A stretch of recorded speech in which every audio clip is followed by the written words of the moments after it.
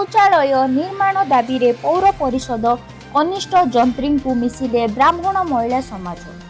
रायगड़ा सहर में दिनकू दिन जनसंख्या वृद्धि सह दोकान बजार वृद्धि भी हो चलुथिबा बेले बजार को आसुथिबा महिला निहाती समय रे शौच करिबारे असुविधा सम्मुखीन करुथिबा परिलक्षित होउछि। एही घटना को नहीं रायगड़ा जिला ब्राह्मण महिला समाज शक्ति बाहिनी तरफरु संगठन नेत्री शुभ्रा पंडांक सह बहु महिला कार्यकर्ता मिसी पौर परिषदर कनिष्ठ जंत्री को एक दाबीपत्र प्रदान करथिले। सही दाबीपत्र रे रायगड़ा सहरर बहु जनगहली स्थान निकट में यथाशीघ्र सुलभ शौचालय निर्माण करी महिला मानक प्रति होउथिबा असुविधार समाधान करने उल्लेख थिला।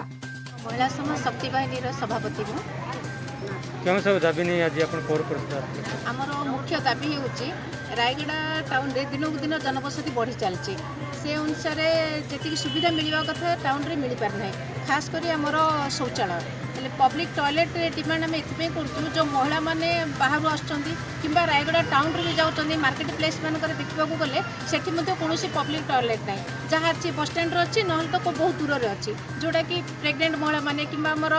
वयस्क महिला मैंने से सब सुविधा वंचित होती तेणु से प्रकृति में सुविधा सुजोग देवाई तापर महिला मानकर डिग्निटी रक्षा करने मेन तर सम्मान रखापी जोड़ पर से यूज करें ना पब्लिक टॉयलेट पे तो तेणुक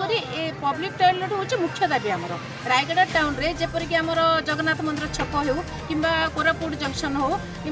ज्योतिमहल छक यहीपरी जो क्राउडी प्लेस जोटे अच्छी जोटे जनगहली बेसी एवं मार्केटिंग शॉपिंग करबा एरिया से एरिया गुड़िक मुख्यतः आमर स्थापन कर पब्लिक टॉयलेट गुड़िक। रायगड़ा आम प्रतिनिधि रिपोर्ट यंग ओडिशा समाचार।